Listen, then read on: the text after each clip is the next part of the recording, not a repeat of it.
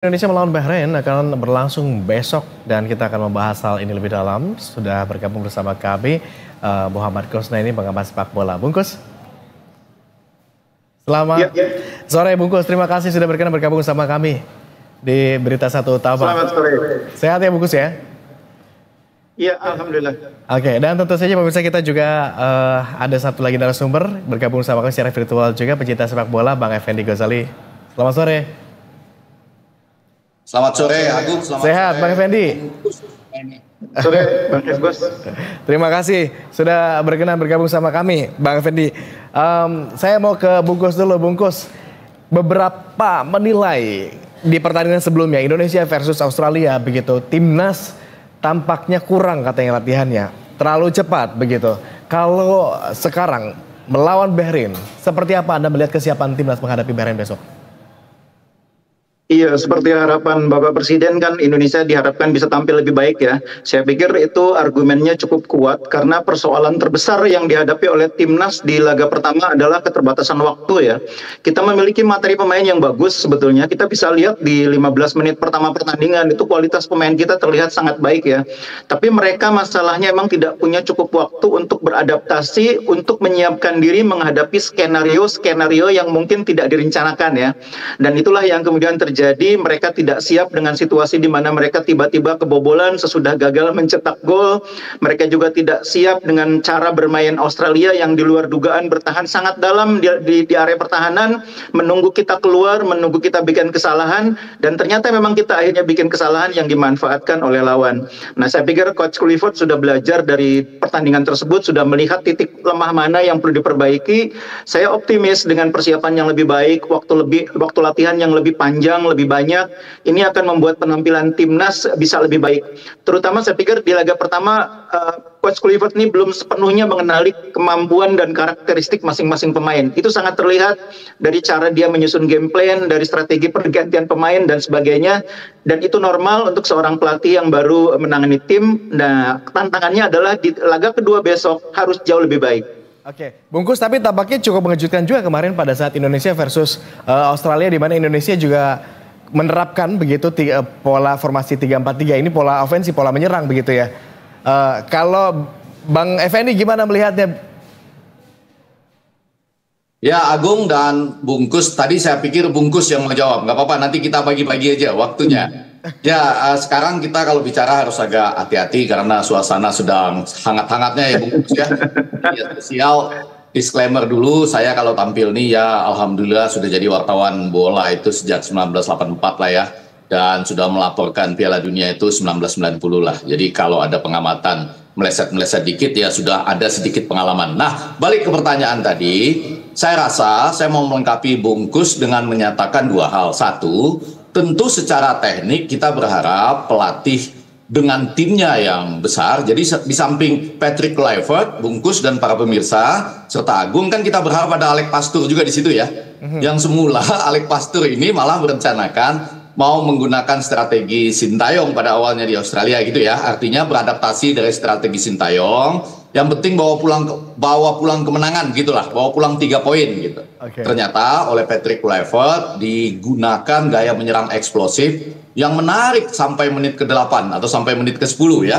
Begitu ada penalti di menit ke-18 itu, lalu kesananya berubah walaupun sepanjang pertandingan tetap eksplosif. Nah, yang kedua, di samping strategi yang tadi sudah disampaikan Bungkus harus dilakukan semacam peralihan dengan lebih teliti, menunggu di 15 menit pertama. Yang kedua saya rasa soal tekanan ya. Boleh jujur kita akui sekarang kita sedang terbelah ya Bungkus ya. Ada yang langsung mengendaki pelatihnya diganti balik, sementara ada yang mengatakan enggak, dan saya termasuk yang kedua. Artinya kita harus menerima ini dan memberi dukungan pada pertandingan ini minimal kan 3 kali lagi, atau katakanlah 1 atau 2 lagi melawan Bahrain dan Cina. Jadi saya sampai mengatakan kita bisa berdebat macam-macam, termasuk debat yang paling hangat itu. Saya itu ingin mengatakan Miss Hilger itu menurut saya cederanya tidak terlalu parah ya. Memang saya tidak melihat hasil MRI-nya, tetapi yang ingin saya katakan pada waktu itu adalah ayo kita jangan terlalu menekan pemain. Pemain itu bisa saja ada off day-nya begitu ya Bungkus ya. Nah, padahal mereka pemain-pemain internasional. Saya tidak pernah mempertanyakan nasionalitasnya sebagaimana yang lain. Tapi kalau fisik misalnya agak kurang fit, ya sekali lagi tentu harus ada pernyataan ilmiah dari MRI. Tapi kemudian kalau tekanan terlalu besar yang tidak biasa diterima, misalnya bahkan tidak di Belanda juga, maka mungkin orang akan memilih ya udah balik dulu lah gitu ya. Jadi yang mau saya katakan hal-hal seperti ini mudah-mudahan kita kurangi. Jangan tekan pemain dulu gitu ya. Kita besarkan hatinya, kita dukung sama-sama karena betul-betul kalau kita ingin mewujudkan melangkah ke Piala Dunia 2026, dua pertandingan inilah kita kasih dukungan full. Begitu ya, Bungkus dan Agung? Oke, Bang Effendi, pokoknya kita harus bawahi dulu ya. Bang Effendi di sini kita bicara diskusi dalam kapasitas pengamat bola begitu ya, tidak ada kepentingan apa-apa di sini ya gitu. Saya kepentingannya ada, yaitu mudah-mudahan besok itu seluruh stadion mendukung timnas kita, apapun hasilnya. Walaupun besok kalau seri saja sudah agak sulit ya, Bungkus ya. Kemudian sesudah itu kita melawan Cina. Cuma itu kepentingan saya, karena saya yakin tetap ada yang masih cinta pelatih lama misalnya ya. Dan mungkin saja mereka seperti di Australia, saya ada di sana, mungkin saja mereka juga meneriakkan Sintayong, Sintayong. Nggak apa-apa juga menurut saya kalau memang rasa cintanya masih besar. Ya, 1 kali 2 kali, tapi sesudah itu kita dukung timnas kita. Ya, silakan. Oke, Bang Effendi, tapi kenapa Bang Effendi tadi bilang kalau seri aja udah lumayan. Kenapa pesimistis ke seri? Kenapa nggak mau berangan-angan bisa nih gitu prediksinya misalkan dapat 3 poin gitu? Oh, hati-hati. Saya bilang seri saja sudah bahaya maksud saya.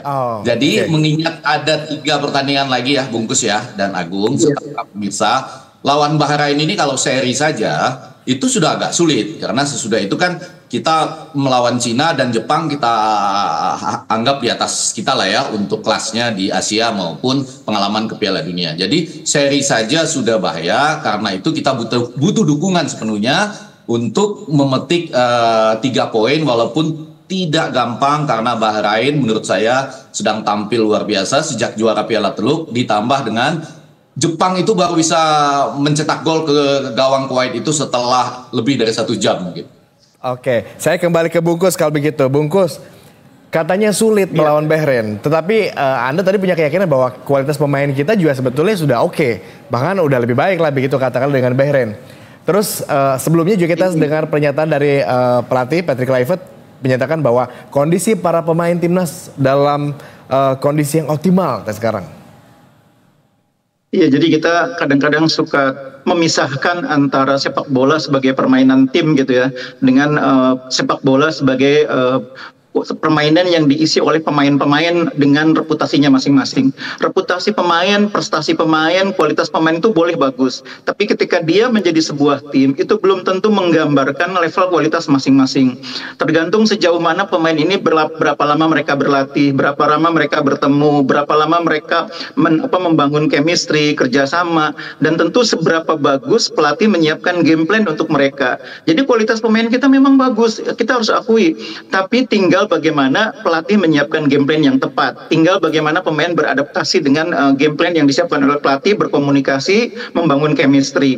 Nah, yang membedakan kita dengan Bahrain, kita punya pemain kualitasnya bagus. Bahrain mungkin tidak sebagus kita dari sisi materi pemain. Cuma Bahrain ini tim yang sudah solid ya, sudah padu karena sudah dibentuk bertahun-tahun. Beberapa pemainnya itu bahkan capsnya sudah mendekati 80. Artinya mereka sudah bermain lebih dari 5 tahun. Dan rata-rata pemainnya sudah bermain bersama itu lebih dari 20 kali. Kita masih banyak yang mainnya kurang dari 10 kali. Bahkan Jai Ijaz aja baru 10 kali loh. Jangan lupa meskipun dia kapten kita tuh sering belum terlalu ngeblend gitu ya. Ya itu risiko yang dihadapi oleh sebuah tim setiap kali mereka memasukkan pemain baru, itu ada risiko. Risikonya adalah pemain baru ini harus beradaptasi lagi, membangun chemistry lagi. Dan itu risiko yang saya pikir kita semua sudah sadari sejak awal. Nah, yang sekarang kita perlu dorong adalah bagaimana mempercepat proses adaptasi itu. Bagaimana mempercepat proses chemistry-nya itu terbentuk. Caranya antara lain seperti dibilang oleh Bang Effendi tadi, jangan terlalu tekan pemain, jangan bebani pemain terlalu berlebihan. Biarkan pemain itu tuh enjoy menikmati posisi dirinya sebagai bagian dari tim. Itu salah satu caranya. Tapi lebih penting lagi memang bagaimana pelatih menyiapkan game plan yang akan membuat pemain itu masing-masing tahu perannya di lapangan untuk apa, seperti apa, seberapa besar. Nah itu saya pikir kualitas pelatih itu ditentukan oleh kemampuan dia menyusun game plan yang membuat masing-masing pemain itu bisa berkontribusi sesuai level yang dia punyai. Kalau game plan-nya tidak cukup baik, itu pemain meskipun kualitasnya sekelas Messi, sekelas Ronaldo, itu kontribusinya mungkin tidak sesuai dengan profil personalnya itu. Oke. Kalau Bang Effendi, pendapatnya gimana nih? Kita melihat track record juga bahwa Indonesia tampaknya di sebelumnya ketika melawan Bahrain, katakanlah kita sebetulnya bisa mengungguli begitu.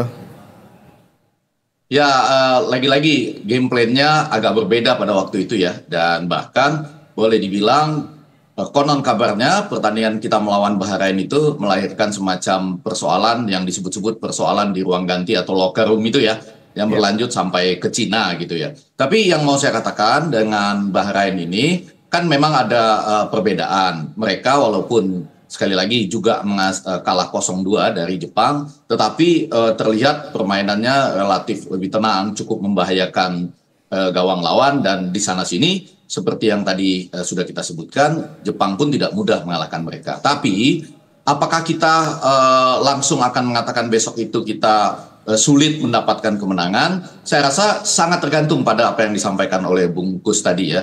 Saya rasa tidak bisa lagi 15 menit pertama itu langsung eksplosif habis-habisan ya.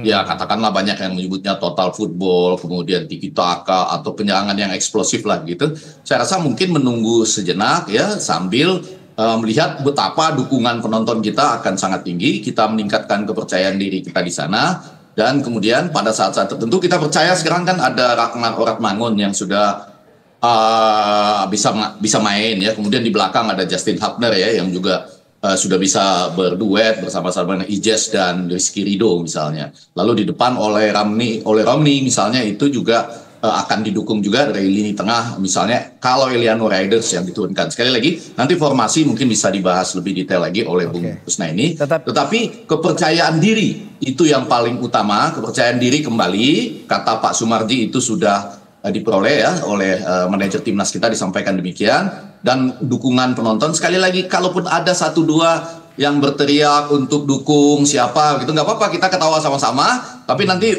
kita dukung terus supaya tetap berhati-hati di 15 menit pertama dan memanfaatkan setiap momentum. Kemenangan 1-0 saja ya ataupun 2-1 misalnya itu juga sesuatu yang sudah berarti sekali. Karena kalau melihat kemarin Indonesia versus Australia cukup mengesankan ya di menit-menit awal begitu ya. Timnas bermain ofensif, bahkan serangan-serangannya juga tampaknya matang begitu. Tetapi begitu gagal mengeksekusi penalti begitu, kemudian tampaknya di situ kemudian penurunan performa begitu. Ini menjadi salah satu penanda bahwa mentalitas pemainkah yang memang kemudian drop begitu gara-gara ada sebuah katakanlah kegagalan atau seperti apa? Bungkus, Anda mungkin bisa memberikan ulasannya. Iya, setiap kali sebuah tim gagal memanfaatkan peluang yang sebagus itu ya, tendangan penalti memang pasti kan ada drop ya. Drop itu biasa terjadi dialami oleh semua tim, bahkan selevel Argentina pun bisa mengalami itu. Nah kuncinya adalah bagaimana pelatih di pinggir lapangan itu memberikan instruksi yang tepat. Yang kedua, bagaimana game plan-nya disiapkan. Jadi kalau misalkan sebuah tim itu kan merencanakan mereka akan bermain 4-3-3 atau katanya 3-4-3. Itu mereka juga harus siap dengan skenario ternyata nggak jalan, nanti harus bagaimana. Skenario-nya ternyata dari permainan menyerang ternyata ketinggalan, harus bagaimana. Itu kan semua soal game plan. Nah maksud saya apa yang disusun oleh pelatih jajaran pelatih timnas saat ini saya pikir akan banyak dipengaruhi oleh evaluasi sesudah pertandingan melawan Australia.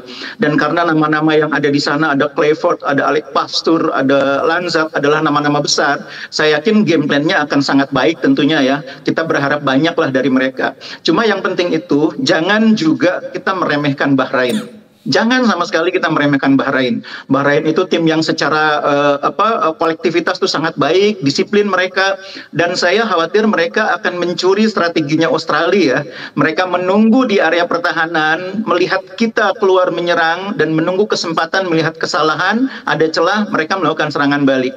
Kali ini harus sangat hati-hati kita. Oke lah, Bahrain itu dari segi reputasi tidak sebesar Australia. Peringkatnya pun hanya peringkat 80-an, kalau Australia 20-an ya. Tapi bagaimanapun Bahrain mengalahkan Irak, mengalahkan Kuwait, itu tim-tim besar di Asia. Tapi dengan permainan yang kita sebut tidak istimewa itu, Bahrain bisa mengalahkan mereka. Dan mereka hanya kalah dari Jepang ya, sudah lebih dari 60 menit. Itu hanya kekalahan yang kedua dari 6 pertandingan terakhir mereka. Selebihnya mereka menang 4 kali. Ini tim yang harus diwaspadai. Oke, saya justru ingin coba menggarisbawahi pernyataan dari Bungkus tadi yang mengatakan bahwa peran pelatih ini begitu penting ketika bicara soal game plan begitu ya, merubah rencana begitu ketika tadi ofensif kemudian dirubah menjadi defensif, ketika gagal mengeksekusi sebuah opportunity atau kesempatan begitu. Ini yang kemudian menjadi sorotan dari warganet. Kalau dulu Sintayong begitu relatif tampak cukup sering tertangkap kamera begitu ya di lapangan, di pinggir lapang itu mungkin ekspresif begitu ya, menyampaikan arahan dan segala macam. Tetapi kalau Patrick Kluivert ini relatif lebih diam begitu. Gimana Anda melihatnya, Bang Effendi? Ya, masing-masing pelatih punya gayanya sendiri-sendiri ya. Lagi pula ini debut ya, jadi pertandingan pertamanya Kluivert. Saya rasa jauh lebih penting bukan gaya komunikasi pelatih. Tentu gaya yang sama-sama eksplosifnya ya, bisa berdebat dengan official gitu, Bungkus ya. Kadang-kadang juga berdebat dengan wasit, tapi nanti dapat kartu misalnya, itu sesuatu yang menarik untuk ditonton. Tapi yang mau saya katakan jauh lebih penting, tadi kan dia punya Alex Pastoor, Lanzat, Vandenberg misalnya ya. Nah, katakanlah besok misalnya turun dengan 4-3-1-2. Kalau nggak jalan, apakah mau atau saling tunggu gitu ya, apakah mau menuju 3-4-3, 4-3-3. Jadi harus ada semacam keputusan yang dibuat pada saat itu ya. Besok maksudnya dibandingkan dengan Australia kemarin ya, yang menurut saya itu karena ada dua hal. Satu, karena penyerangan kita itu menarik untuk ditonton, Bungkus ya. Sejak dari menit awal itu seluruh stadion itu tepuk tangan kalau kita menyerang, apalagi ada heading ya atau sundulan dari J.I. yang kalau bukan Matt Ryan ya misalnya itu ya, dengan gaya terbangnya sudah ada gol pada menit keempat gitu. Lalu ada penalti yang sekali lagi, ya kalau penalti kita tidak bisa bilang apa-apa. Yang mau saya katakan buat besok itu, kalau misalnya ada kegagalan seperti itu, Ronaldo gagal mencetak gol dari penalti tapi mencetak gol dari permainan gitu kan ya, Bungkus ya. Jadi artinya selalu ada titik bangkit kita dari game plan itu, serta apa yang nanti dibicarakan di ruang ganti sebelum pertandingan maupun di pada waktu istirahat gitu. Jadi soal gayanya kembali, Agung, bisa macam-macam. Siapa tahu besok agak sedikit lebih ekspresif misalnya, bisa juga ya, Bungkus ya. Betul, karena kan kita baru ngeliat yang pertama doang kemarin kan, lebih diam. Justru kalau bicara soal formasi nih Bang Effendi gitu. Kan beberapa kemarin dari evaluasi yang kemarin menilai bahwa kita tuh sudah cukup kuat katanya di lini depan. Tapi pertahanan kita yang katakanlah masih ada celah gitu. Anda sependapat dengan itu atau enggak? Ada beberapa fakta lain yang mendukung itu ya, misalnya, atau fakta lain yang harus disandingkan dengan itu.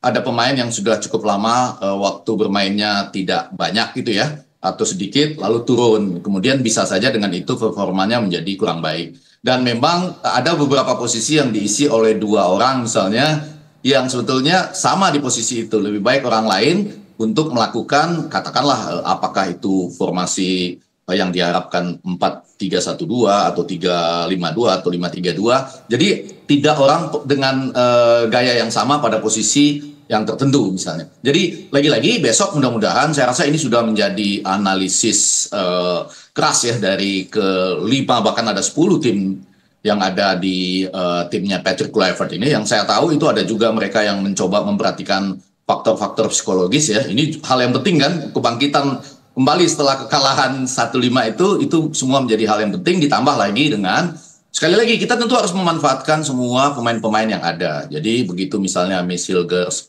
harus pulang karena satu dan lain hal, mungkin juga karena cedera. Kebetulan ini akan ada pasangan yang menurut saya pasangan yang baik, adik abang nih, Jayadi dan Rizky Ridho misalnya di situ ya.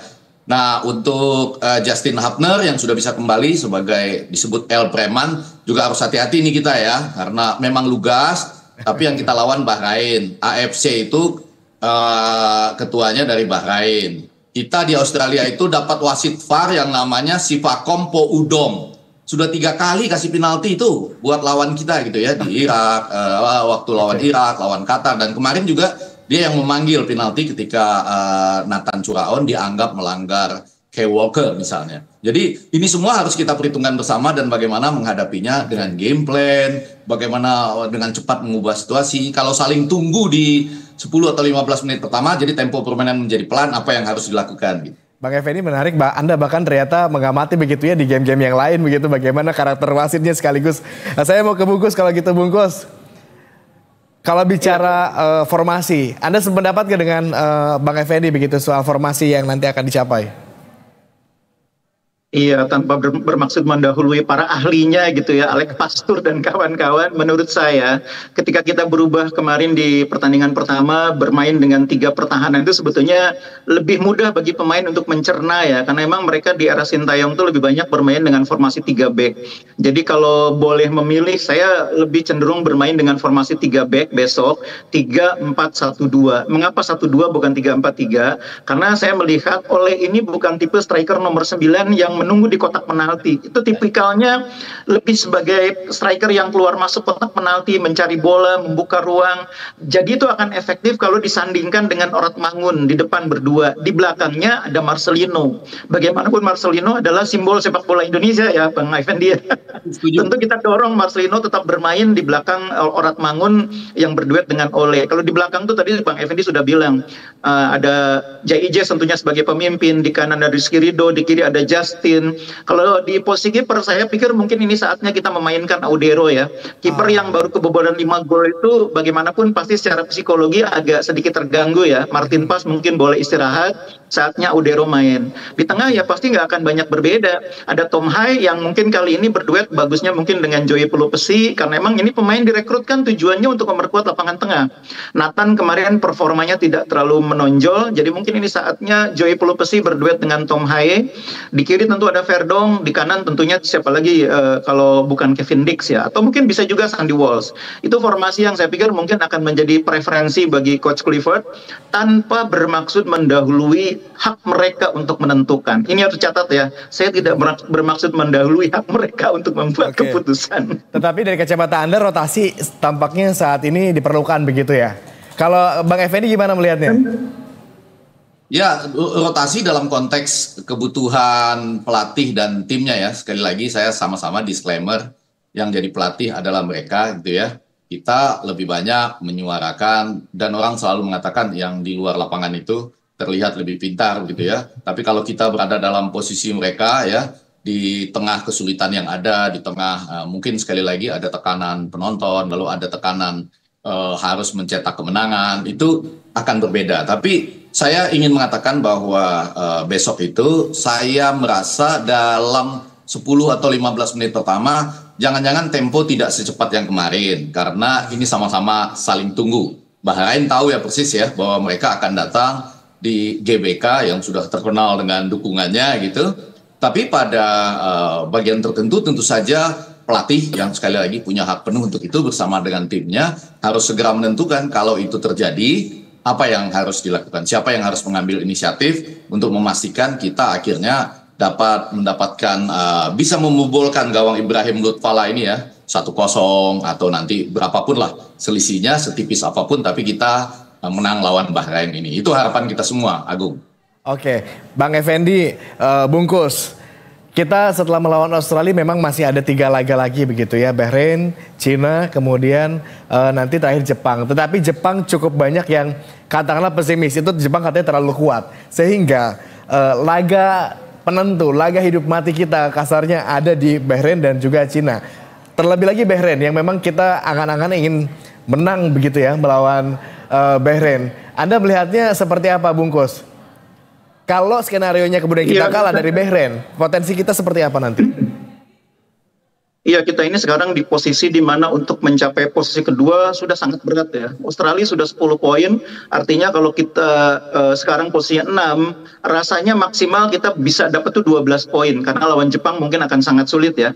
Kalau Australia dapat tambahan 3 poin, itu mereka 13 poin tidak akan terkejar. Karena itu saya pikir sekarang kita fokus tidak lagi berpikir untuk langsung lolos ke Piala Dunia, tapi berada di posisi setinggi mungkin. Entah itu ketiga atau keempat, sehingga kita masih punya opportunity opportunity atau peluang untuk lolos ke putaran keempat. Nah, untuk mencapai posisi ketiga empat itu, caranya kita minimal harus bisa dapat 4 poin ya. 4 poin melawan Bahrain dan kemudian China. Tapi yang ideal itu 6 poin. Itu akan lebih membuat kita tenang. Nah, mungkin sedikit keuntungan bagi kita adalah Bahrain ini dengan Cina masih saling ketemu itu nanti. Bahrain juga masih akan ketemu dengan Arab Saudi. Dan itu yang akan membuat persaingan di antara Arab Saudi, Indonesia, Bahrain, dan China itu sebetulnya masih sangat terbuka. Karena selisih poinnya kan cuma 3. 3 itu jarak yang masih mungkin dijangkau. 9, 6 itu kan masih mungkin saling menjangkau. Kuncinya makanya jangan sampai kalah lawan Bahrain. Harus menang kalau bisa lawan China, lawan Bahrain minimal 1 poin. Dengan tambahan 4 poin mungkin kita bisa di peringkat keempat. Tapi lebih aman kalau kita dapat 6 poin, kita akan ada di posisi kalau tidak keempat mungkin ketiga. Tapi ini kan hitungan semuanya di atas kertas ya. Dalam sepak bola bisa jadi kita mengalahkan Jepang. Tidak ada yang mustahil ya. Dalam sepak bola semuanya bisa terjadi karena kita tahu bahwa sama Jepang juga ya, siapa tahu kita beneran bisa menang. Oke, saya ke Bang Effendi. Bang Effendi, saking seriusnya katanya laga besok melawan Bahrain, warganet sampai menyiapkan tagar kalau sampai katanya kita kalah dari Bahrain begitu, menyiapkan tagar khusus Patrick out gitu. Gimana Anda melihat ini? Sampai seserius itu gitu laga besok ya? Saya agak punya pengalaman hidup di Belanda, jadi mudah-mudahan orang Belanda itu tidak terlalu gampang ya tertekan, walaupun beda ya atmosfer dari netizen dan pencinta sepak bola di Indonesia. Tetapi saya mau melihat hal-hal yang katakanlah bisa jadi kabar gembira atau bisa menjadi tekanan juga. Besok itu kita bermain 20-45 ya, Bungkus ya. Kita sudah tahu hasil pertandingan sebelumnya gitu. Jadi Cina lawan Australia itu main lebih dulu ya, kemudian Jepang lawan Saudi juga main lebih dulu. Nah, kalau ada hasil-hasil yang membuat kita lebih yakin, tentu kita dapat dukungan moral ya untuk mengatakan oh positioningnya di klasemen itu sekarang sudah berbeda gitu. Itu yang pertama. Dan yang kedua, lagi-lagi soal Patrick Kluivert atau siapapun lah ya. Saya juga pernah, Bungkus juga pernah. Itu apalagi Bung Towel ya, Ropan sekarang itu pastilah ya di semua pendapat itu bisa dilawan atau diserang oleh teman-teman netizen. Tetapi saya selalu beranggapan bahwa mereka melakukan itu terutama karena semua sama-sama ingin ya besok itu kita kalau bisa menang dan kemudian juga menang lagi lawan China sehingga kita paling tidak memastikan posisi 3-4 ya, Bungkus, para pemirsa dan Agung, sehingga kita setidaknya bisa melangkah ke babak keempat ya, putaran keempat. Walaupun sepak bola itu katakanlah hasilnya itu bisa di sana sini ada off day, ada on day-nya dan kemudian bola itu bundar, tapi rasanya Jepang itu kan kalaupun menurunkan pemain-pemain keduanya nanti bisa serulah dengan kita gitu. Tapi 2 pertandingan ini saya rasa seluruh netizen kita ya yang sekarang lagi marah terhadap kita dan terhadap siapapun semua punya niat baik dan besok akan datang ke stadion untuk menyatakan dukungan sepenuhnya. Di sana sini mungkin masih ada cinta terhadap siapapun, pelatih lama apapun, nggak apa-apa. Saya anggap itu sebagai sebuah lelucon besok yang akan menguatkan kita gitu. Jadi kalau ada yang teriak Sintayong, saya akan ketawa, saya juga akan tepuk tangan. Tapi setelah itu tetap dukung tim ini untuk memperoleh angka 3 gitu. Oke, however ini juga merupakan milestone terjauh kita gitu timnas di kancah dunia gitu ya. Kita berikan dukungan yang maksimal. Terakhir singkat saja, proyeksi Anda, tebakan Anda berapa Bungkus besok? Ya, saya sih minimal kita dapat 1 poin, itu yang terbaik. 1 poin. Kalau menang tentu itu harapan kita semua. Skornya berapa? Tebakan Anda? Harapan ya, kalau harapan sih menang 2-1. Tapi tidak mustahil kita dipaksa harus mengakui imbang ya, tidak mustahil. Bang Effendi berapa? Wah, ini saya malesnya jawabannya sama nih ya. Jadi hati kecil saya menyatakan imbang, tapi hati besar saya dan kemudian harapan saya mohon dukungan betul-betul dari seluruh penonton. Apapun perbedaan di antara kita, apapun saling kesal di antara kita, besok kita dukung untuk sekali lagi harapannya memetik kemenangan. Betapapun tipisnya, yang penting Agung, para pemirsa, Bungkus, kita menang. Mudah-mudahan demikian ya. Mari kita berikan dukungan yang besar kepada timnas kita. Besok sama-sama kita gaungkan agar timnas kita kemudian bisa mengamankan setidaknya posisi kita di klasemen grup C ini dan melaju ke Piala Dunia 2026. Terima kasih Bungkus, terima kasih Bang Effendi Ghazali. Lain kali kita ngobrol bareng-bareng lagi. Langsung aja nanti kita ke studio. Selamat kembali beraktivitas Bungkus, Bang Effendi. Pemirsa, kita akan kembali lanjutkan dengan informasi lainnya. Salah satunya terkait Presiden Prabowo Subianto yang meminta kepada